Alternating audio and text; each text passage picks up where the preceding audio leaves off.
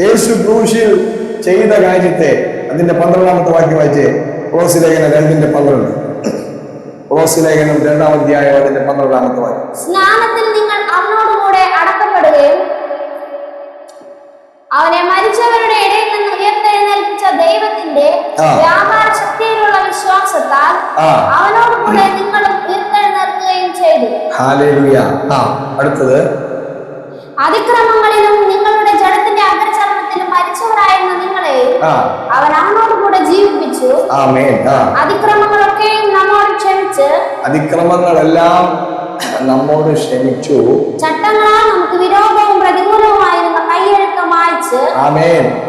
നമുക്ക് വിരോധമായി ഒരു കൈയെഴുത്തുണ്ടായിരുന്നു. എന്താണത്?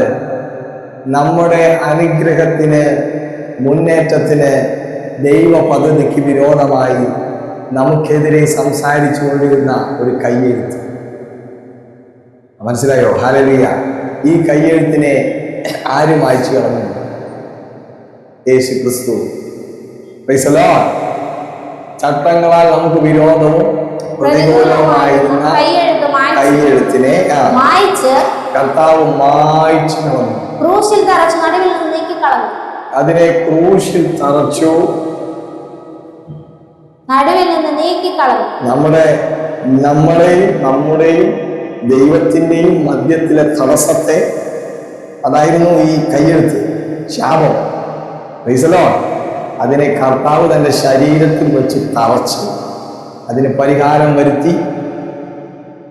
പിതാവിന്റെ, ദൈവത്തിന്റെ അനുഗ്രഹങ്ങളും നമ്മളും തമ്മിലിന്റെ നടുവിൽ തടസ്സത്തെ, ആ നടുച്ചുവരെ ഇടിച്ചു നടുവിൽ നിന്ന് നീക്കിക്കളഞ്ഞു.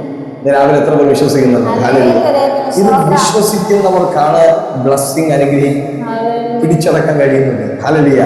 എനിക്കും എന്നെ വിളിച്ച സ്വർഗത്തിലെ ദൈവത്തിനും ഇടയിൽ ഇനി യാതൊരു തടസ്സവും ഇല്ല. അതാണ് സ്വന്തം പറഞ്ഞത്. ഹല്ലേലൂയ. എന്നെ വിളിച്ച എന്റെ ദൈവത്തിനും എനിക്കും ഇടയിൽ ഇനി യാതൊരു തടസ്സവും ഇല്ല. അതിനെ ആരിടിച്ചു കളഞ്ഞു? കർത്താവ് ക്രൂശിൽ തറച്ചു, അതിനെ നടുവിൽ നിന്ന് നീക്കിക്കളഞ്ഞു. കർത്താവിന്റെ സ്തോത്രം പറഞ്ഞേ. ഹല്ലേലൂയ. ഈ വചനം നമ്മൾ ഈ ദിവസങ്ങളിൽ ഇതിനെ ആഘോഷിക്കണം, ഇതിനെ ധ്യാനിച്ച് ഇതിന്റെ നന്മ മുഴുവൻ പറ്റണം. കർത്താവിന്റെ സ്തോത്രം പറഞ്ഞേ. ഹല്ലേലൂയ. ഇത് നമ്മുടെ ശാപങ്ങളെല്ലാം നീക്കിക്കളയും. നമ്മുടെ വഴികളെ, ദൈവത്തിന്റെ വഴികളെ നമ്മുടെ ജീവിതത്തിൽ തുറന്നു തരും. ഹല്ലേലൂയ. മാത്രമല്ല, ദൈവത്തിന്റെ ദൂതന്മാര് നമുക്ക് വേണ്ടി, നമുക്ക് പോകാൻ കഴിയാത്ത മേഖലകളിൽ പോകാൻ തുടങ്ങും. നമുക്ക് വേണ്ടി അത്ഭുതകരമായ ചില വഴികളെ ദൈവത്തിന്റെ ദൂതന്മാർ പോയി തുറന്നു തരും. കർത്താവിന്റെ സ്തോത്രം പറയും. Hallelujah. Praise the Lord. Hallelujah. ദൈവത്തിന് മഹത്വം ഉണ്ടാകട്ടെ. നമ്മെ സഹായിക്കാൻ ദൈവം അനേകം ദൂതന്മാരെ നിയോഗിച്ചയച്ചിട്ടുണ്ട്. നമ്മുടെ ദൂതന്മാർക്ക് എന്താ പ്രശ്നം വെച്ചാൽ, നമ്മുടെ ദൂതന്മാർക്ക് എന്ത് ചെയ്യാനായിട്ട്, പ്രവർത്തിക്കാനായിട്ട് നമ്മുടെ വായിൽ ഒന്നും തീരുന്നില്ല, കിട്ടുന്നില്ല. നമ്മൾ കൂടുതൽ പറയുന്നത് എന്താണ്? നമ്മൾ കൂടുതൽ പറയുന്നത് നെഗറ്റീവാണ്. ഇതൊന്നും നടക്കില്ല, എന്നെ കൊണ്ട് ഇത് കഴിയുന്ന തോന്നുന്നില്ല. അപ്പൊ ദൂതന്മാർക്ക് ഒന്നും ചെയ്യാൻ പറ്റുന്നില്ല. നമ്മൾ പണി കൊടുക്കും. ഏത് പണിയാ? ദൈവത്തിന്റെ പണി. ഹല്ലേലൂയ. കർത്താവിന്റെ സ്തോത്രം പറഞ്ഞേ. ഹല്ലേലൂയ. Praise the Lord. ഇന്ന് രാവിലെ കർത്താവ് പറയുന്നു, നമ്മുടെ വിഷയങ്ങളെ ഏറ്റെടുത്തുകൊണ്ട് ദൂതന്മാരതിനെ പരിഹരിക്കാൻ പുറപ്പെട്ടിരിക്കുകയാണ്. ഹല്ലേലൂയ. Praise the Lord. എവിടെ വേണമെങ്കിലും പോകും. അമേരിക്ക വേണമെങ്കിലും, മദ്രാസിൽ വേണമെങ്കിലും, ബോംബെയിൽ വേണമെങ്കിലും, ഡൽഹിയിൽ പോകും. എവിടെ പോവാൻ ദൂതന്മാർക്ക് യാതൊരു മടിയില്ല. എന്ത് പ്രവർത്തിക്കണോ ദൂതന്മാർ റെഡിയാണ്. അതാണ് സ്വന്തം പറഞ്ഞു. ഹല്ലേലൂയ. അപ്പോ ഈ ന്യായപ്രമാണം എന്ന ആ കയ്യെഴുത്ത് എന്താണ്?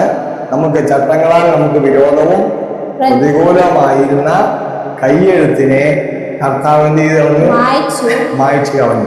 ക്രൂശിൽ തറച്ച് നടുവിൽ നിന്ന് നീക്കിക്കളഞ്ഞു. ക്രൂശിൽ തറച്ച് ദൈവത്തിനും നമ്മുടെ ഇടയിൽ നിന്ന് നടുവിൽ നിന്ന് നീക്കിക്കളഞ്ഞു. വിശ്വസിക്കണം, എല്ലാവരും വിശ്വസിക്കണം. ഹല്ലേലൂയ.